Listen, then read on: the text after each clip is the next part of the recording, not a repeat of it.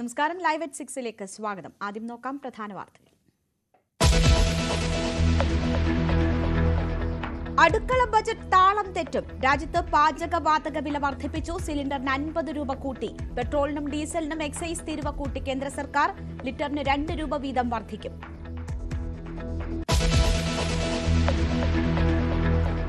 ഇഡിയുടെ ചോദ്യമുനയിൽ ഗോകുലം ഗോപാലൻ. ചോദ്യം ചെയ്യൽ 6 മണിക്കൂർ പിന്നിട്ടു. ചോദ്യം ചെയ്യൽ കൊച്ചിയിലെ ഇഡി ഓഫീസിൽ. ഗോകുലം ഗോപാലിനെ ഇഡി വിളിച്ചു വരുത്തിയത് സ്ഥാപനങ്ങളിലെ റെയ്ഡിന് പിന്നാലെ. മലപ്പുറത്ത് വീട്ടിൽ പ്രസവിച്ച യുവതിയുടെ മരണകാരണം അമിത രക്തസ്രാവം. ചികിത്സ നിഷേധിച്ച ഭർത്താവ് കസ്റ്റഡിയിൽ. IB ഉദ്യോഗസ്ഥയുടെ ആത്മഹത്യയിൽ മാനസിക ശാരീരിക പീഡനം നടന്നതിന് തെളിവെന്ന് പോലീസ്. പ്രതി വിദേശത്തേക്ക് കടന്നിട്ടില്ലെന്നും DCP.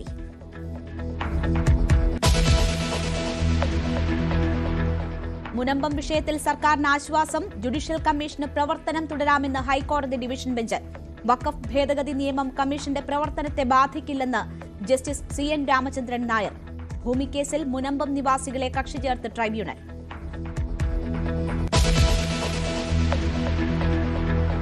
മുണ്ടൂരിൽ യുവാവിനെ കാട്ടാന ചവിട്ടിക്കൊന്നതിൽ പ്രതിഷേധം ശക്തം. വനം വകുപ്പിനെതിരെ CPM. വീഴ്ചയുണ്ടെങ്കിൽ നടപടിയെന്ന് AK ശശീന്ദ്രൻ. മരിച്ചാലന്റെ സംസ്കാരം നാളെ. പരിക്കേറ്റ അമ്മയുടെ നില ഗുരുതരമായി തുടരുന്നു.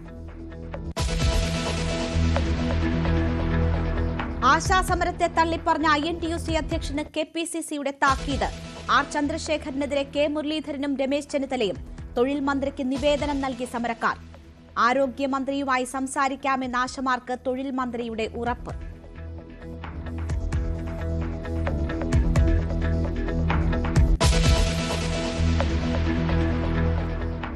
കൊല്ലത്ത് ക്ഷേത്രത്തിൽ ഗണഗീതം പാടിയതിൽ കേസെടുത്ത് പോലീസ്. റിപ്പോർട്ട് ലഭിച്ച ശേഷം ഉപദേശക സമിതിക്കെതിരെ നടപടിയെന്ന് P പ്രശാന്ത്.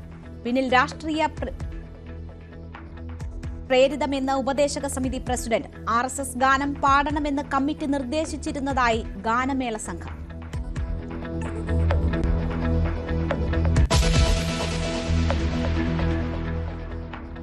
തൊടുപുഴയിൽ വ്യവസായിയുടെ മരണത്തിൽ നിർണായക കണ്ടെത്തൽ. കൊലപാതക ശേഷം ദൃശ്യം 4 നടപ്പാക്കിയെന്ന ഒന്നാം പ്രതി സുഹൃത്തുക്കളെ വിളിച്ചു പറഞ്ഞു. ശബ്ദരേഖ അന്വേഷണ സംഘത്തിന് ജോമോൻ വിളിച്ചവരുടെ മൊഴിയെടുക്കും. കരുനാഗപ്പള്ളി സന്തോഷ് വധക്കേസിൽ ഒരു പ്രതി കൂടി പിടിയിൽ.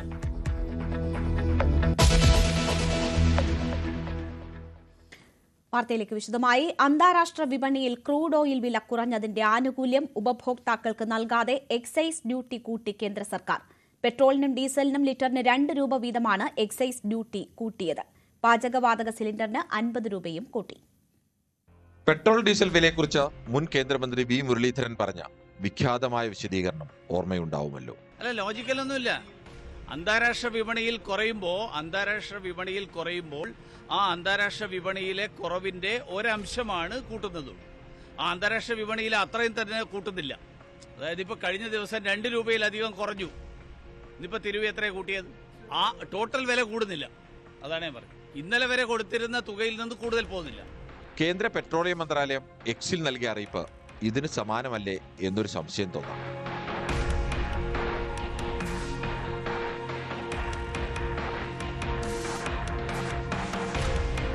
എക്സൈസ് ഡ്യൂട്ടി കൂട്ടിയെങ്കിലും പെട്രോളിന്റെയും ഡീസലിന്റെയും ചില്ലറ വില കൂട്ടില്ലെന്ന് പൊതുമേഖലാ എണ്ണ കമ്പനികൾ അറിയിച്ചിട്ടുണ്ട്. കേൾക്കുമ്പോൾ ആശ്വാസം തോന്നുന്ന വാർത്ത. എന്നാൽ ശരിക്കും അങ്ങനെയാണോ? പരിശോധിക്കാം. അമേരിക്കൻ പ്രസിഡന്റ് ഡൊണാൾഡ് ട്രംപ് തുടങ്ങിവെച്ച പകരച്ചുങ്ക പോരിനെ തുടർന്ന് അന്താരാഷ്ട്ര വിപണിയിൽ ക്രൂഡ് ഓയിൽ വില കുത്തനെ ഇടിഞ്ഞു.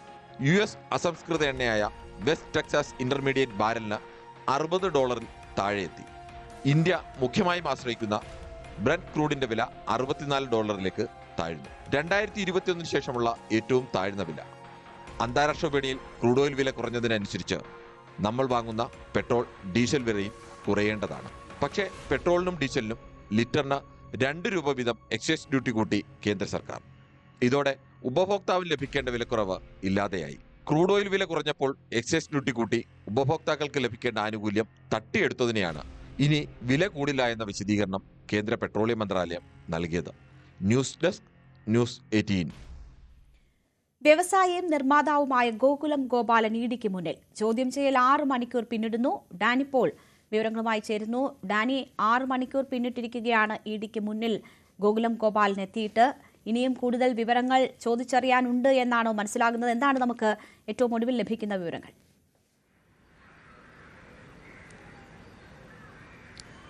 രേണുക, ചോദ്യം ചെയ്യൽ തുടരുകയാണ്. ഇന്ന് ഉച്ചയോടുകൂടിയാണ് ഗോകുലം ഗോപാലിനെ ED ഓഫീസിലേക്ക് വിളിച്ചു വരുത്തിയത്. കഴിഞ്ഞ ദിവസങ്ങളിൽ ചെന്നൈയിലും അതോടൊപ്പം തന്നെ സംസ്ഥാനത്തെ വിവിധ ഓഫീസുകളിലും ഗോകുലത്തിൻ്റെ ഓഫീസുകളിലും നടത്തിയ പരിശോധനകളുടെ തുടർച്ച തന്നെയാണ് ഇപ്പോൾ നടക്കുന്ന ചോദ്യം ചെയ്യൽ. അന്ന് ചെന്നൈയിൽ നടക്കുന്ന റെയ്ഡിൽ ചെന്നൈയിലേക്ക് വിളിച്ചു വരുത്തിയാണ് ഗോകുലം ഗോപാലിനെ ചോദ്യം ചെയ്തത്. ഏതായാലും അന്നത്തെ പരിശോധനയിൽ മണിക്കൂറുകൾ നീണ്ടുനിന്ന പരിശോധന ഏതാണ്ട് 1.5 കോടിയിലധികം രൂപയും അതോടൊപ്പം തന്നെ വിവിധ രേഖകളും പിടിച്ചെടുത്തിരുന്നു. ഈ രൂപ കണക്കിൽപ്പെടാത്തതാണെന്നാണ് ED കണ്ടെത്തിയിരിക്കുന്നത്. അതോടൊപ്പം തന്നെ വിദേശ നാണ്യ വിനിമയ ചട്ടം ലംഘിച്ചുകൊണ്ട് നിരവധിയായ നിക്ഷേപങ്ങൾ ഗോകുലം ഗ്രൂപ്പ് സ്വീകരിച്ചിട്ടുണ്ട് എന്നും EDയുടെ അന്വേഷണത്തിൽ കണ്ടെത്തിയിരുന്നു. ആ ഒരു നിഗമനത്തിലാണ് ഇപ്പോൾ ചോദ്യം ചെയ്യലിന് വേണ്ടി വീണ്ടും വിളിച്ചു വരുത്തിയിരിക്കുന്നത്. ഇങ്ങനെ സ്വീകരിച്ച നിക്ഷേപങ്ങൾ അത് ഏത് രീതിയിൽ വിനിയോഗിച്ചു? സിനിമാ മേഖലയിലേക്ക് അടക്കമുള്ള നിക്ഷേപങ്ങൾ ഉണ്ടായിരുന്നു. സിനിമാ മേഖലയിലേക്ക് ഈ അടുത്തിടെ ഗോകുലം ഗ്രൂപ്പ് വലിയ രീതിയിലുള്ള പങ്കാളിത്തത്തോടുകൂടി കടന്നു വന്നിരുന്നു. അപ്പോൾ അത്തരം ഇടപെടലുകൾക്ക് ഈ വന്നിരിക്കുന്ന ഈ വിദേശ നാണ്യ വിനിമയ ചട്ടം ലംഘിച്ച് സ്വീകരിച്ച പണം ഉപയോഗപ്പെടുത്തിയോ എന്നതടക്കമുള്ള കാര്യങ്ങൾ വിശദീകരണം തേടേണ്ടതുണ്ട്. ഏതായാലും ചോദ്യം ചെയ്യലടക്കമുള്ള കാര്യങ്ങൾ തുടരുകയാണ്. അതോടൊപ്പം തന്നെയാണ് എമ്പുരാൻ സിനിമയുമായി ബന്ധപ്പെട്ടുകൊണ്ട് ഉയരുന്ന വിവാദങ്ങൾ. അതിൽ കേന്ദ്ര ഏജൻസികൾ നിർമ്മാതാക്കളുടെയും അതോടൊപ്പം തന്നെ സംവിധായകനായ പൃഥ്വിരാജിനെയും ഒപ്പം തന്നെ ഈ ആദായ നികുതി വകുപ്പ് നോട്ടീസ് നൽകിയിരുന്നു. അപ്പോൾ അതിൻ്റെ തുടർച്ച തന്നെയാണ് ഈ ഒരു അന്വേഷണം, ഈ ഒരു ചോദ്യം ചെയ്യൽ എന്നതടക്കമുള്ള വിമർശനങ്ങൾ ഒരു ഭാഗത്ത് ഉയരുന്നുണ്ട്. എന്തായാലും 2022 ഗോകുലം ഗ്രൂപ്പുമായി ബന്ധപ്പെട്ടുകൊണ്ട് ED ചില അന്വേഷണങ്ങൾ നടത്തിയിരുന്നു. അതിൻ്റെ തുടർച്ചയിലാണ് ഇപ്പോൾ നടക്കുന്ന ഈ ചോദ്യം ചെയ്യലും അന്വേഷണവും എന്നാണ് ED നൽകുന്ന ഔദ്യോഗികമായ ഭാഷ്യം. എന്തായാലും ചോദ്യം ചെയ്യൽ ഇപ്പോൾ 6 മണിക്കൂർ പിന്നിട്ടു. കൊച്ചി EDയുടെ സോണൽ ഓഫീസിലാണ് ചോദ്യം ചെയ്യൽ നടക്കുന്നത്. രേണുക, ഞാനിപ്പോഴാണ് വിവരങ്ങൾ നൽകിയത്. മലപ്പുറത്ത് വീട്ടിലെ പ്രസവത്തിന് പിന്നാലെ മരിച്ച അസ്മയുടെ പോസ്റ്റ്മോർട്ടം റിപ്പോർട്ട് പുറത്ത്. അമിത രക്തസ്രാവമാണ് മരണകാരണം. കൃത്യസമയത്ത് ആശുപത്രിയിൽ എത്തിച്ചിരുന്നുവെങ്കിൽ ജീവൻ രക്ഷിക്കാമായിരുന്നു എന്നാണ് പ്രാഥമിക കണ്ടെത്തൽ. അസ്മയുടെ മൃതദേഹം ബന്ധുക്കൾക്ക് വിട്ടുനൽകി. അമിത രക്തസ്രാവം മൂലം എന്ന റിപ്പോർട്ട് വന്നതിന് പിന്നാലെ 2 ദിവസം മാത്രം പ്രായമുള്ള കുഞ്ഞ് ICUവിൽ തുടരുകയാണ്. മലപ്പുറത്ത് ചട്ടിപ്പറമ്പിൽ വീട്ടിലെ പ്രസവത്തിന് പിന്നാലെയുണ്ടായ അമിത രക്തസ്രാവം മൂലമാണ് പെരുമ്പാവൂർ സ്വദേശിനിയായ അസ്മ മരിച്ചത്.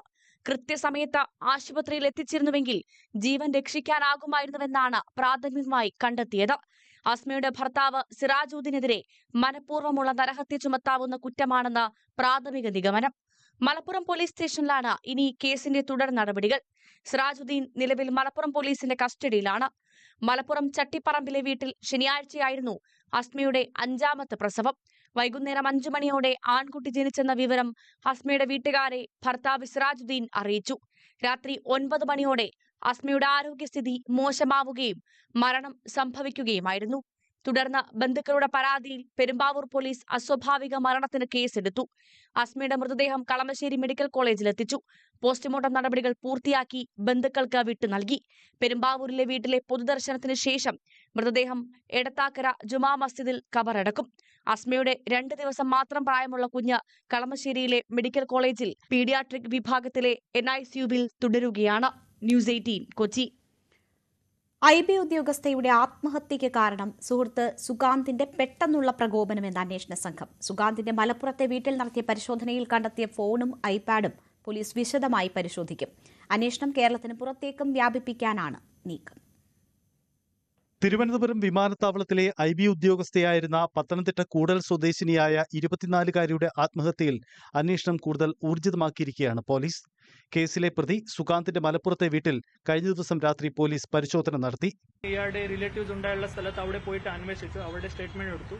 ബട്ട് 24th മുതൽ അവരുടെ തന്നെ കോൺടാക്ട്സ് ഇല്ല. അതായതുകൊണ്ട് ഇപ്പോൾ ഫാമിലിയിൽ നമുക്ക് കോൺടാക്ട് ചെയ്യാൻ ഇതുവരെ പറ്റില്ല. കേസുമായി ബന്ധപ്പെട്ട് ആദ്യമായിട്ടാണ് പോലീസ് സുഗാന്തിന്റെ വീട്ടിൽ പരിശോധന നടത്തുന്നത്. വീട്ടിൽ നിന്നും സുഗാന്തിന്റെ ലാപ്ടോപ്പ്, മൊബൈൽ ഫോൺ, ഡയറികൾ, യാത്രാരേഖകൾ തുടങ്ങിയവ ലഭിച്ചു. IB ഉദ്യോഗസ്ഥയെ വിവിധ സ്ഥലങ്ങളിൽ കൊണ്ടുപോയി എന്ന് തെളിയിക്കുന്ന യാത്രാരേഖകളാണ് ലഭിച്ചത്. മൊബൈൽ ഫോണിൽ നിന്ന് ചാറ്റുകളും ലാപ്ടോപ്പിൽ നിന്ന് കേസുമായി ബന്ധപ്പെട്ട തെളിവുകളും ലഭിക്കുമെന്നാണ് അന്വേഷണ സംഘം കരുതുന്നത്. ന്യൂസ് 18 തിരുവനന്തപുരം. മുനമ്പം ജുഡീഷ്യൽ അന്വേഷണ കമ്മീഷന്റെ പ്രവർത്തനം തുടരാമെന്ന് ഹൈക്കോടതി. സർക്കാർ നൽകിയ ഹർജിയിലാണ് ഹൈക്കോടതി ഡിവിഷൻ ബെഞ്ചിന്റെ ഇടക്കാല ഉത്തരവ്. വഖഫ് ഭൂമി കേസിൽ കക്ഷി ചേർക്കണമെന്ന മുനമ്പം നിവാസികളുടെ ആവശ്യം കോഴിക്കോട് വഖഫ് ട്രൈബ്യൂണൽ അംഗീകരിച്ചു. മുനമ്പം ഭൂമി പ്രശ്നത്തിൽ സർക്കാർ നിയോഗിച്ച ജസ്റ്റിസ് CN രാമചന്ദ്രൻ കമ്മീഷന്റെ നിയമനം ഹൈക്കോടതി സിംഗിൾ ബെഞ്ച് റദ്ദാക്കിയിരുന്നു. കമ്മീഷന് പൊതു താൽപര്യം ഇല്ലെന്ന് ചൂണ്ടിക്കാട്ടിയായിരുന്നു നടപടി. ഇതിനെ ചോദ്യം ചെയ്ത് സർക്കാർ നൽകിയ അപ്പീലിലാണ് chief justice Jithin Jamdar, S. Manu എന്നിവരുടെ ഉത്തരവ്. കമ്മീഷന് നടപടികളുമായി മുന്നോട്ടു പോകാം. എന്നാൽ കമ്മീഷൻ നൽകുന്ന ശുപാർശകൾ സർക്കാരിന് ഇപ്പോൾ നടപ്പാക്കാൻ കഴിയില്ല. അന്തിമ ഉത്തരവിന് വിധേയമായിട്ടായിരിക്കും ശുപാർശകൾ നടപ്പാക്കേണ്ടതെന്നും ഹൈക്കോടതി ഡിവിഷൻ ബെഞ്ച് നിർദ്ദേശിച്ചു. അപ്പീലിൽ വേനൽ അവധിക്ക് ശേഷം വാദം നടക്കും. ഡിവിഷൻ ബെഞ്ചിന്റെ ഇടക്കാല ഉത്തരവ് സംസ്ഥാന സർക്കാരിന് ആശ്വാസമാണ്. കോടതി ഉത്തരവ് വന്ന സാഹചര്യത്തിൽ ജുഡീഷ്യൽ കമ്മീഷന്റെ പ്രവർത്തനം ഉടൻ പുനരാരംഭിക്കുമെന്ന് ജസ്റ്റിസ് CN രാമചന്ദ്രൻ നായർ പറഞ്ഞു. കമ്മീഷൻ ഉടനടി പ്രവർത്തനം പുനരാരംഭിക്കും. മെയ് 30 മുമ്പ് റിപ്പോർട്ട് കൊടുക്കാൻ സാധിക്കുമെന്ന് ഞാൻ പ്രതീക്ഷിക്കുന്നത്. കാര്യങ്ങൾ നല്ല രീതിയിൽ കൊണ്ടുപോകാൻ സഹായകരമായ ഉത്തരവാണിത് എന്നായിരുന്നു മന്ത്രി P. രാജീവിന്റെ പ്രതികരണം. മുനമ്പം കമ്മീഷന്റെ പ്രവർത്തനം തുടരാം എന്നുള്ള ഹൈക്കോടതി ഡിവിഷൻ ബെഞ്ചിന്റെ വിധി അത് പ്രവർത്തനങ്ങൾ മുന്നോട്ട് കൊണ്ടുപോകാൻ സഹായകരമാണ്. ഹൈക്കോടതി ഉത്തരവിനെ സ്വാഗതം ചെയ്ത മുനമ്പം സമരസമിതി സർക്കാരിനെ ഇപ്പോൾ പ്രതിസന്ധിയിലാക്കേണ്ടതില്ല എന്ന നിലപാടിലാണ്. വളരെ സന്തോഷം. ഡിവിഷൻ ബെഞ്ചിൽ നിന്ന് ഞങ്ങളെ സംരക്ഷിക്കാൻ, ഞങ്ങളുടെ റവന്യൂ അവകാശം തിരിച്ചു പിടിക്കാനായിട്ട് സർക്കാർ നടത്തുന്ന ഈ പോരാട്ടത്തിൽ സർക്കാർ വിജയിച്ചിരിക്കുകയാണ്. ഞങ്ങളും ഇതിലൂടെ ഞങ്ങളുടെ റവന്യൂ അവകാശം സർക്കാർ പുനഃസ്ഥാപിച്ചു തരും എന്ന് തന്നെയാണ് ഞങ്ങൾക്ക് പറയാനുള്ളത്. അതിനിടെ വഖഫ് ഭൂമി കേസിൽ മുനമ്പം നിവാസികളെ കക്ഷി ചേർക്കാൻ കോഴിക്കോട് വഖഫ് ട്രൈബ്യൂണൽ അനുമതി നൽകി.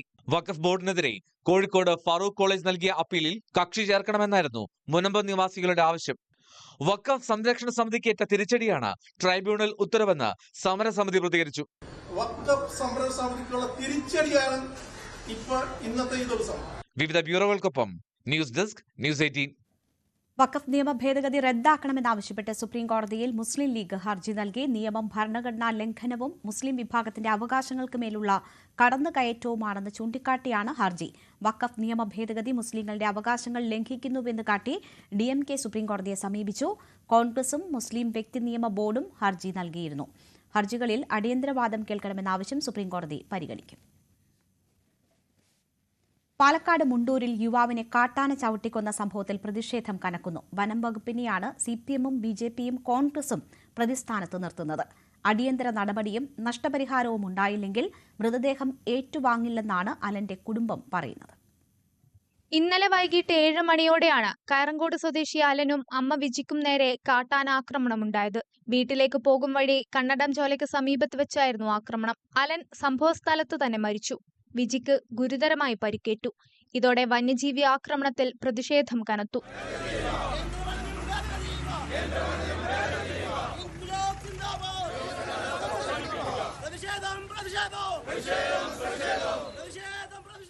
വിജിയുടെ ചികിത്സാ ചെലവ് വനം വകുപ്പ് ഏറ്റെടുക്കണമെന്നും നഷ്ടപരിഹാരം നൽകണമെന്നും ആവശ്യപ്പെട്ട് ബന്ധുക്കളും രംഗത്തെത്തി. തീരുമാനമാകും വരെ മൃതദേഹം ഏറ്റുവാങ്ങില്ലെന്നും ബന്ധുക്കൾ നിലപാടെടുത്തു. ഇതോടെ മൃതദേഹം പോസ്റ്റ്മോർട്ടത്തിന് ശേഷം സ്വകാര്യ ആശുപത്രി മോർച്ചറിയിലേക്ക് മാറ്റി.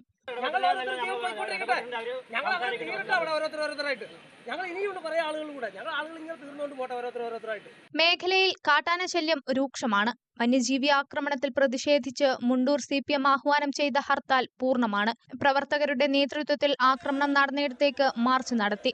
RRT ക്യാമ്പിൽ മോണിറ്ററിംഗ് സംവിധാനം ഉണ്ടായിട്ടും അത് ഉപയോഗപ്പെടുത്തിയില്ലെന്നും CPM ആരോപിച്ചു. ഇവിടെ 3 ദിവസമായി ആന ഇവിടെ ഉണ്ട്. RRTക്ക് വിവരമുണ്ട്. ഇന്നലെ മഴ പെയ്ത് കറണ്ട് പോയപ്പോഴാണ് ഇതൊന്നും അറിയാത്ത അമ്മയും മകനും സാധനം വാങ്ങി ഇവിടുന്ന് അങ്ങോട്ട് പോകുമ്പോൾ കണ്ണാടൻ ചോലയിൽ അവരുടെ വീടിൻ്റെ മുമ്പിൽ 50 മീറ്റർ മുമ്പിൽ വെച്ചിട്ട് ചവിട്ടി കൂട്ടിയതാണ്. ഇത് ഇന്നലെ നടന്ന സംഭവത്തിൽ സത്യത്തിൽ വനം വകുപ്പിലെ RRTയുടെ ഭാഗത്തുനിന്ന് ഗൗരവതരമായ അനാസ്ഥയാണ്. വനം വകുപ്പിന് സംഭവിച്ചത് ഗുരുതര വീഴ്ചയെന്ന് കോൺഗ്രസ്. 3 മാസക്കാലമായി നാട്ടുകാരുടെ മലയോര മേഖലയിലുള്ള ഫോറസ്റ്റ് അതിർത്തിയിലുള്ള ആളുകളുടെ നിരന്തരമായ പരാതി അത് വളരെ ഗൗരവത്തിലെടുക്കേണ്ടതായിരുന്നു.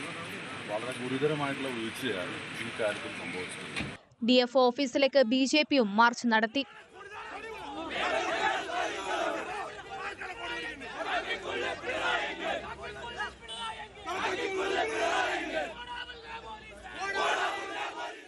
ഉദ്യോഗസ്ഥർക്ക് വീഴ്ച സംഭവിച്ചിട്ടുണ്ടെങ്കിൽ നടപടി ഉണ്ടാകുമെന്ന് മന്ത്രി AK ശശീന്ദ്രൻ പറഞ്ഞു. വന്യജീവികളെ തുരത്താനുള്ള നടപടികൾ പരാജയപ്പെട്ട സാഹചര്യത്തിൽ പുതിയ മാർഗം പരീക്ഷിക്കുമെന്നും മന്ത്രി. പക്ഷേ പ്രതിരോധ പ്രവർത്തനങ്ങൾ നടത്തിയിട്ടും അത് സംഭവിച്ചിരിക്കുകയാണ്. ആ പ്രശ്നം ഗൗരവത്തിൽ തന്നെ പരിശോധിക്കേണ്ട ഒരു കാര്യമാണ്. രണ്ടാമത് വനംവകുപ്പ് ഉദ്യോഗസ്ഥന്മാരുടെ ഭാഗത്ത് വീഴ്ച ഉണ്ടായിട്ടുണ്ടോ എന്നുള്ളതാണ്. വീഴ്ച സംഭവിച്ചിട്ടുണ്ടെങ്കിൽ കൃത്യമായ നടപടി സ്വീകരിക്കുന്നതിന് ഗവൺമെന്റിന് യാതൊരു ബുദ്ധിമുട്ടുമില്ല. അതേസമയം വനംവകുപ്പിന് പരിമിതികൾ ഉണ്ടെന്നും മറ്റു മാർഗങ്ങൾ കൂടി തേടണമെന്നും MLA A. പ്രഭാകരൻ പ്രതികരിച്ചു. കൊല്ലപ്പെട്ട ആലന്റെ സംസ്കാരം നാളെ നടക്കും. ന്യൂസ് 18 പാലക്കാട്. കൊല്ലം കോട്ടുക്കൽ ക്ഷേത്രോത്സവത്തിൽ ഗാനമേളയിൽ RSS ഗണഗീതം പാടിയ സംഭവത്തിൽ കേസെടുത്ത് കടയ്ക്കൽ പോലീസ്. ഗണഗീതം ആലപിച്ച നാഗർകോവിൽ നൈറ്റ് ബേർഡ്സ് ഗായകൻ, ക്ഷേത്രോപദേശക കമ്മിറ്റി, ഉത്സവാഘോഷ കമ്മിറ്റി എന്നിവർക്കെതിരെയാണ് പോലീസ് കേസെടുത്തിരിക്കുന്നത്. ക്ഷേത്രവുമായി ബന്ധപ്പെട്ട രാഷ്ട്രീയ പാർട്ടികളുടെ ആശയങ്ങളോ ചിഹ്നങ്ങളോ കൊടിതോരണങ്ങളോ ഉപയോഗിക്കുവാൻ പാടില്ല എന്ന നിയമത്തിന് വിപരീതമായി പ്രവർത്തിച്ചു എന്നതിന്റെ അടിസ്ഥാനത്തിലാണ് കേസ്. കൊല്ലത്ത് ക്ഷേത്രോത്സവത്തിൽ RSS ഗണഗീതം പാടിയ സംഭവത്തിൽ ക്ഷേത്ര ഉപദേശക സമിതി പിരിച്ചുവിടുന്നതടക്കമുള്ള ശക്തമായ നടപടിയുമായി മുന്നോട്ടു പോകുമെന്ന് Thiruvithamkoor Devaswom board president PS Prashanth. Devaswom board assistant കമ്മീഷണറുടെ റിപ്പോർട്ട് ലഭിക്കുന്നതിനനുസരിച്ച് തുടർ നടപടി കൈക്കൊള്ളും. ക്ഷേത്രങ്ങളിൽ ഏകവർണ്ണ പതാകകൾ ഉയർത്തുന്നത് കോടതിയെ ലക്ഷ്യമാണെന്നും ഉപദേശക സമിതിക്ക് പതാകയില്ലെന്നും PS പ്രശാന്ത് പറഞ്ഞു. അനുമതിയില്ലാതെ വെടിക്കെട്ട് നടത്തിയതിന് കാസർഗോഡ് മധൂർ ക്ഷേത്ര ഉത്സവ കമ്മിറ്റിക്കെതിരെ പോലീസ് കേസെടുത്തു. ശനിയാഴ്ച രാത്രി 11:30 മധൂർ ശ്രീ മദനന്ദേശ്വര സിദ്ധിവിനായക ക്ഷേത്രത്തിന് സമീപത്തുള്ള പാടത്ത് വെച്ച് വെടിക്കെട്ട് നടത്തിയതിനാണ് കേസ്. അഷ്ടബദ്ധ ബ്രഹ്മകലശോത്സവം, മൂഢപ്പ സേവ എന്നിവയോടനുബന്ധിച്ചാണ് വെടിക്കെട്ട് നടത്തിയത്. ആശാവർക്കർമാരുടെ അനിശ്ചിതകാല സമരത്തെ തള്ളിപ്പറഞ്ഞ INTUC സംസ്ഥാന അധ്യക്ഷന് താക്കീതുമായി KPCC.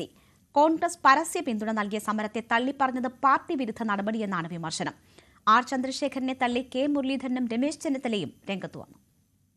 ആശമാരുടെ അനിശ്ചിതകാല സമരത്തെ പരസ്യമായി തള്ളിപ്പറഞ്ഞ INTUC സംസ്ഥാന അധ്യക്ഷൻ R. ചന്ദ്രശേഖരന്റെ നിലപാടിനെതിരെ തിരുവനന്തപുരം DCC KPCC നേതൃത്വത്തിന് പരാതി നൽകിയിരുന്നു. അതിനിടെ സംയുക്ത ട്രേഡ് യൂണിയൻ ഭാരവാഹികളുമായി ആരോഗ്യമന്ത്രി കഴിഞ്ഞ ദിവസം നടത്തിയ അനുനയ ചർച്ചയിൽ CITU പോലും സ്വീകരിക്കാത്ത നിലപാടാണ് INTUC സംസ്ഥാന അധ്യക്ഷന്റെ ഭാഗത്തു നിന്നുണ്ടായതെന്ന വിമർശനവുമായി സമരസമിതി നേതാക്കൾ രംഗത്തെത്തിയിരുന്നു. ഇതിന് പിന്നാലെയാണ് നിലപാടിൽ വിട്ടുവീഴ്ച വരുത്തണമെന്നുള്ള KPCC നേതൃത്വത്തിന്റെ മുന്നറിയിപ്പ്. ചന്ദ്രശേഖരന് താക്കീത് നൽകിക്കൊണ്ട് കോൺഗ്രസ് പ്രസിഡന്റ് ഔദ്യോഗികമായി കത്ത് നൽകി. കോൺഗ്രസ് ഒരു തീരുമാനമെടുത്താൽ അതിനു മേലെ പറയാൻ ഒരു പോഷക സംഘടനകൾക്കും അധികാരമില്ലെന്ന് സെക്രട്ടേറിയറ്റ് നടയിലെ സമരവേദിയിലെത്തിയ K. മുരളീധരൻ പ്രതികരിച്ചു. കോൺഗ്രസ് പാർട്ടി ഒരു തീരുമാനം എടുത്താൽ അതിന്റെ മേലെ പറയാനുള്ള അധികാരം ഒരു പോഷക സംഘടനകൾക്കും ഇല്ല. ചന്ദ്രശേഖരനെതിരെ പാർട്ടി സ്വീകരിച്ച നിലപാടിൽ തെറ്റൊന്നുമില്ലെന്നും പാർട്ടിക്കൊരു അഭിപ്രായവും സംഘടനയ്ക്ക് മറ്റൊരു അഭിപ്രായവും എന്നത് അംഗീകരിക്കാനാവില്ലെന്നും രമേശ് ചെന്നിത്തലയും പ്രതികരിച്ചു. അത് പാർട്ടി എടുത്തത് താക്കീത് കൊടുത്തിട്ടുണ്ടെങ്കിൽ അത് തെറ്റൊന്നുമില്ല. പാർട്ടിയുടെ നിലപാടിനോടൊപ്പം INTUC നിൽക്കേണ്ടതാണ്. അതേസമയം ആശാവർക്കർമാരുടെ അനിശ്ചിതകാല നിരാഹാര സമരം 57ാം ദിവസത്തിലേക്ക് കടന്നു. ന്യൂസ് 18 തിരുവനന്തപുരം. ആശമാരുടെ കാര്യത്തിൽ ആരോഗ്യമന്ത്രിയുമായി സംസാരിക്കാമെന്ന് തൊഴിൽ മന്ത്രി അറിയിച്ചെന്ന് സമരസമിതി നേതാക്കൾ. ഓണറേറിയം കൂട്ടണമെന്നതടക്കം 5 പ്രധാന ആവശ്യങ്ങൾ അടങ്ങിയ നിവേദനം സമരസമിതി നേതാക്കൾ മന്ത്രി V. ശിവൻകുട്ടിക്ക് കൈമാറി. സമരാവശ്യങ്ങൾ പഠിക്കാനുള്ള കമ്മിറ്റിയുടെ സമയം 3 മാസത്തിൽ നിന്ന് 1 മാസമാക്കി ചുരുക്കിയാൽ സമരത്തിൽ നിന്ന് പിന്മാറാമോ എന്ന് മന്ത്രി ചോദിച്ചു. എന്നാൽ ഓണറേറിയം കൂട്ടാതെ സമരം നിർത്തില്ലെന്ന നിലപാട് നേതാക്കൾ അറിയിച്ചു.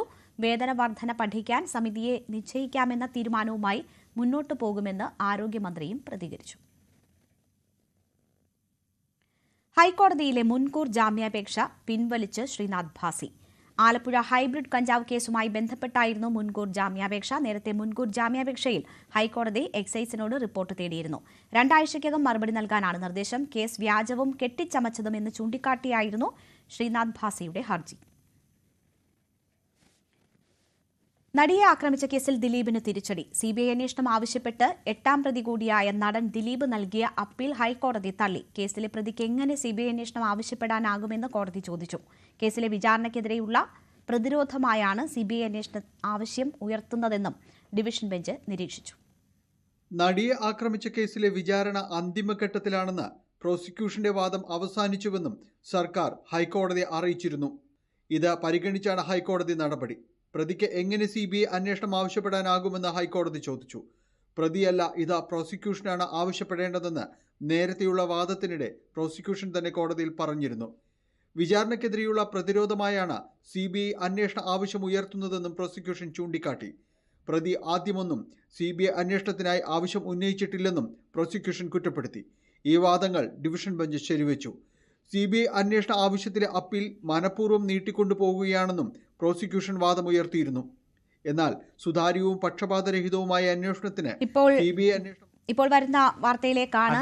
ഇഡിക്ക് മുന്നിൽ ഹാജരായ ഗോകുലം ഗോപാലൻ മാധ്യമങ്ങളോട്. അതിപ്പോൾ നടന്നു കഴിഞ്ഞു. എത്ര മാത്രമേ അതൊന്നും എനിക്ക് പറയാൻ പറ്റില്ല. അത് ഞാൻ അവർക്ക് ഡൗട്ട് തോന്നി, ഞാൻ എന്നോട് ചോദിച്ചു, അവർക്ക് അധികാരം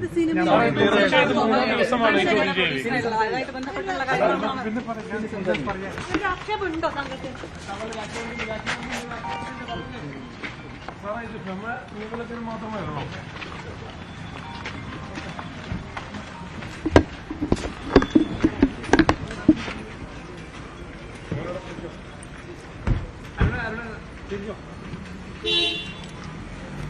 കൊച്ചിയിൽ ഇഡി ഓഫീസിൽ ഹാജരായ ഗോകുലം ഗോപാലൻ ഏതാണ്ട് 6 മണിക്കൂറിനധികം നീണ്ട ചോദ്യം ചെയ്യലിനൊടുവിൽ ഇപ്പോൾ പുറത്തേക്ക് വന്നതാണ് നമ്മൾ കണ്ടത്. അവർക്ക് ചോദിക്കാനുള്ള അധികാരമുണ്ട്. ചോദിച്ച കാര്യങ്ങൾക്ക് മറുപടി നൽകി എന്നതാണ് അദ്ദേഹം പറഞ്ഞത്. ചോദ്യം ചെയ്യൽ പൂർത്തിയായിരിക്കുന്നു. എന്തായാലും ഗോകുലം ഗോപാലൻ ഇഡി ഓഫീസിൽ നിന്ന് പോകുന്ന ദൃശ്യങ്ങളാണ് നമ്മൾ കണ്ടത്. മറ്റു വാർത്തകളിലേക്ക് എത്താം ഇടവേളയ്ക്ക് ശേഷം.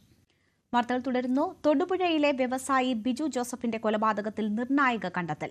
കൊലപാതകത്തിന് ശേഷം ജോമോൻ പലരെയും ഫോണിൽ വിളിച്ചതായി അന്വേഷണ സംഘം കണ്ടെത്തി. ദൃശ്യം സിനിമയിലെ പോലെ കൊലപാതകം നടത്തിയെന്നായിരുന്നു ജോമോന്റെ വെളിപ്പെടുത്തൽ. 2 ആഴ്ച മുൻപാണ് തൊടുപുഴയിലെ വ്യവസായിയായ ബിജു ജോസഫിനെ ബിസിനസ് പങ്കാളി കൊട്ടേഷൻ നൽകി കൊലപ്പെടുത്തിയത്. കേസിൽ 1-ാം പ്രതി ജോമോന്റെ നിർണായക ഫോൺ സംഭാഷണമാണ് അന്വേഷണ സംഘത്തിന് ലഭിച്ചത്. ഇയാളുടെ ഫോണിൽ നിന്നാണ് കോൾ റെക്കോർഡ് ലഭിച്ചത്. കൃത്യത്തിന് ശേഷം ദൃശ്യം 4 നടപ്പാക്കി എന്നറിയിച്ചാണ് ജോമോൻ സുഹൃത്തുക്കളെ വിളിച്ചത്. ഈ ശബ്ദരേഖയാണ് അന്വേഷണ സംഘത്തിന്റെ കൈവശമുള്ളത്. ജോമോൻ വിളിച്ചവരുടെയും മൊഴിയെടുക്കും. ജോമോൻ ഉൾപ്പെടെയുള്ള പ്രതികൾക്കായി പോലീസ് നൽകിയ കസ്റ്റഡി അപേക്ഷ നാളെ തൊടുപുഴ മുട്ടം കോടതി പരിഗണിക്കും. കൊലപാതകത്തിൽ പങ്കുണ്ടെന്ന് പോലീസ് സംശയിക്കുന്ന ജോമോന്റെ ഭാര്യയുടെ അറസ്റ്റും ഉടനുണ്ടാകുമെന്നാണ് സൂചന. ബിസിനസ് പങ്കാളിയായ ബിജുവും ജോമോനും പാർട്ട്ണർഷിപ്പ് വേർപിരിഞ്ഞ ശേഷം നടന്ന തർക്കമാണ് കൊലപാതകത്തിന് കാരണം.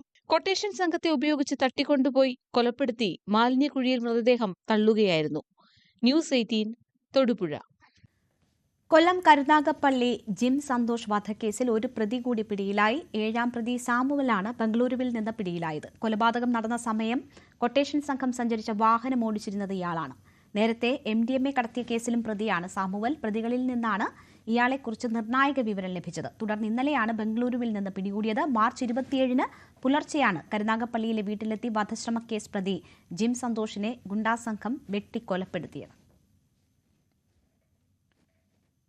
ലഹരി സംഘത്തിൽ നിന്ന് പിടിച്ചെടുത്ത തൊണ്ടി മുതൽ രേഖപ്പെടുത്തിയതിൽ കൃത്രിമം നടന്ന സംഭവത്തിൽ SIക്കെതിരെ വകുപ്പ് തല നടപടിയുണ്ടാകും. തിരുവനന്തപുരം തിരുവല്ലം സ്റ്റേഷനിലെ SI തോമസ് ഹീഡ്സിനെ സംഭവത്തിന് പിന്നാലെ സ്ഥലം മാറ്റിയിരുന്നു. ഇതിന് പിന്നാലെയാണ് വകുപ്പ് തല നടപടിയും വരുന്നത്. ഗുണ്ട, പൊക്കം ഷാജി, കൂട്ടാളി എന്നിവരിൽ നിന്ന് ഹാഷിഷ് ഓയിൽ പിടികൂടിയത് മഹസറിൽ രേഖപ്പെടുത്തിയില്ലെന്നും കഞ്ചാവിന്റെ തൂക്കം കുറച്ചു കാണിച്ചെന്നുമാണ് SI തോമസ് ഹീഡ്സിനെതിരായ ആരോപണം. 2 കാറുകൾ പിടികൂടിയെങ്കിലും ഒരെണ്ണത്തിന്റെ കാര്യം മാത്രമേ മഹസറിൽ രേഖപ്പെടുത്തിയിട്ടുള്ളൂ. ഇത് വിവാദമായപ്പോൾ ഒരിക്കൽ കൂടി മഹസർ തയ്യാറാക്കി. ഇതിലും ഹാഷിഷ് ഓയിൽ പിടികൂടിയത് പരാമർശിച്ചിട്ടില്ല. കഞ്ചാവിന്റെ അളവും കൃത്യമായി പറഞ്ഞിട്ടില്ല. തുടർന്ന് നേമം സ്റ്റേഷനിലേക്ക് സ്ഥലം മാറ്റിയെങ്കിലും ഉന്നത ഉദ്യോഗസ്ഥരുടെ ഇടപെടലിനെ തുടർന്ന് ക്രമസമാധാന പാലനത്തിൽ നിന്നും ഒഴിവാക്കി. ഇപ്പോൾ ട്രാഫിക്കിലാണ് തോമസ് ഹീഡ്സ് ഉള്ളത്. സ്പെഷ്യൽ ബ്രാഞ്ച് നൽകിയ റിപ്പോർട്ടിന്റെ അടിസ്ഥാനത്തിലുള്ള വകുപ്പ് തല അന്വേഷണം പൂർത്തിയാക്കുന്ന മുറയ്ക്ക് കടുത്ത നടപടിയുണ്ടാകും. ഡാൻസ് ഓഫ് സംഘമാണ് ലഹരി സംഘത്തെ പിടികൂടി തിരുവല്ലം പോലീസിന് കൈമാറിയത്. അന്ന് ഡ്യൂട്ടിയിലുണ്ടായിരുന്ന മറ്റു പോലീസുകാരെ കുറിച്ചും അന്വേഷണമുണ്ട്. പ്രതികൾക്ക് എളുപ്പത്തിൽ ജാമ്യം ലഭിക്കാനാണ് മഹസറിൽ കൃത്രിമം കാട്ടിയതെന്നാണ് കരുതുന്നത്. ലഹരി വ്യാപനം തടയാൻ സംസ്ഥാന വ്യാപകമായി പരിശോധനകൾ നടക്കുമ്പോഴായിരുന്നു തിരുവല്ലം പോലീസിന്റെ അട്ടിമറി നീക്കം. ന്യൂസ് 18 തിരുവനന്തപുരം. കുട്ടി ക്രിക്കറ്റ് പൂരം.